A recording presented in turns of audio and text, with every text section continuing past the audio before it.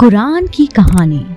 जी हाँ दोस्तों, जाने कब और कैसे आई इस्लाम की ये सर्वोच्च किताब। इस्लाम में मसलकों, फिक्रों और दूसरी तरह के मतभेदों के बावजूद तमाम मुसलमानों का ये अकीदा है कि कुरान एक आसमानी और अल्लाह के द्वारा भेजी गई अंतिम किताब है।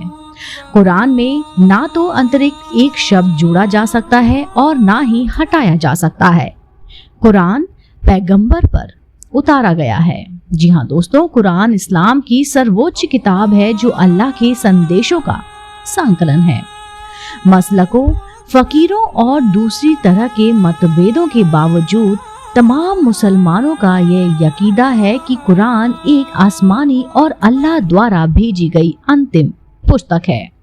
इसे अल्लाह ने अपने फरिश्ते जिब्राइल के जरिए पैगंबर इस्लाम हजरत मोहम्मद साहब तक पहुंचाया। मुसलमानों का अकीदा है कि कुरान में ना तो अतिरिक्त एक शब्द जोड़ा जा सकता है और ना ही हटाया जा सकता है।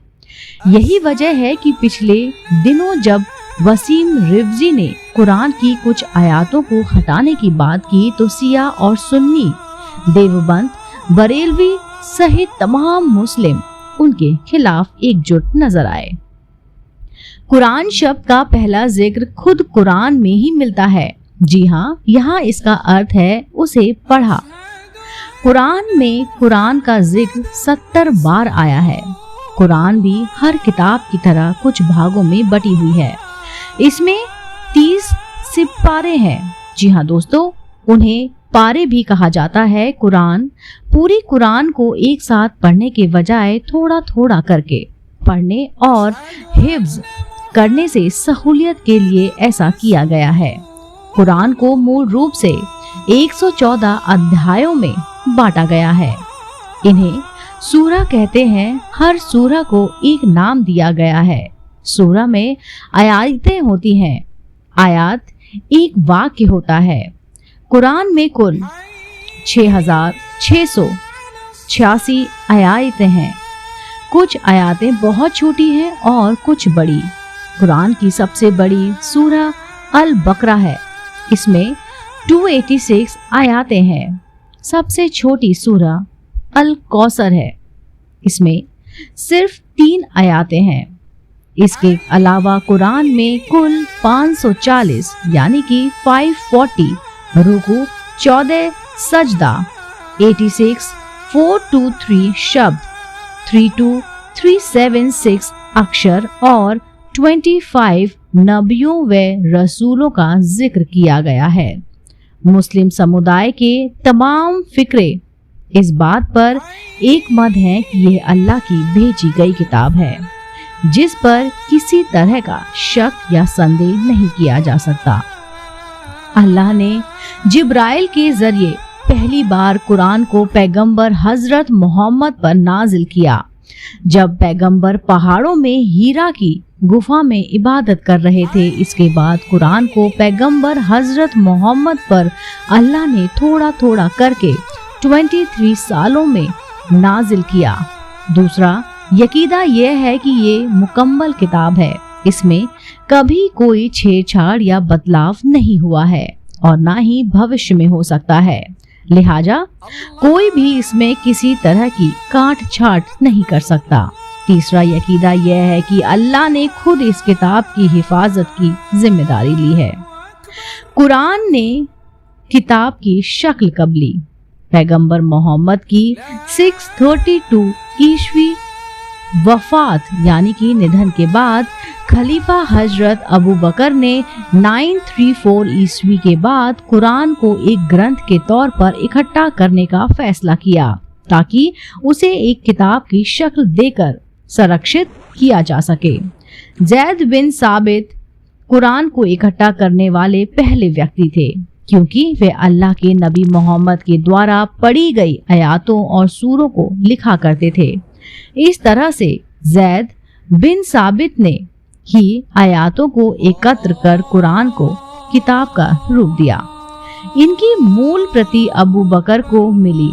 वहीं शिया मुस्लिम समुदाय के मुताबिक अली इब्न अबू तालिब ने मोहम्मद के वफात वह वफात के तुरंत बाद कुरान का एक पूर्ण संस्करण संकलित किया। कुरान रमजान में आसमान से उतारी गई है। जी हाँ दोस्तों, कुरान की सूरह अल बकरा की आयत 185 में अल्लाह फरमाते हैं कि रमज़ान को महीना है या रमज़ान वो महीना है जिसमें आसमान से कुरान को उतारा गया। रमज़ान के महीने की वो रात कौन सी थी, इसे साफ साफ नहीं बताया गया है। हालांकि उलेमा इसे लेकर अनुमान लगाते हैं कि रमज़ान के आखिरी असरा में यानी अंतिम 10 दिनों में ताक रातें जैसे 31 यानी कि 21, 23, 25 और 27 में से कोई एक रात है जिसमें कुरान नाजिल हुई। इसलिए रमज़ान को तालीम का महीना माना जाता है। रमज़ान में पढ़ी जाने वाली विशेष नमाज को तराबी नमाज कहा जाता है। इसे रमज़ान के चांद निकलने के से लेकर ईद के चांद निकलने तक ईशा की नमाज के बाद पढ़ा जाता है। इस नमाज में कुरान सुनाने का आयोजन किया जाता है ताकि लोग खुद कुरान की बातों को सुनकर उस पर अमल करें और अपने जैसे दूसरे इंसान तक उन बातों को फैलाएं। कुरान में जिंदगी गुजर बसर करने के अल्लाह ने तरीके बताए हैं। इस्लामिक शरीयत कुरान और हदीस पर आधारित है। कुरान पर ईमान रखना हर मुसलमान को और हर मुसलमान के लिए ज़रूरी बताया गया है।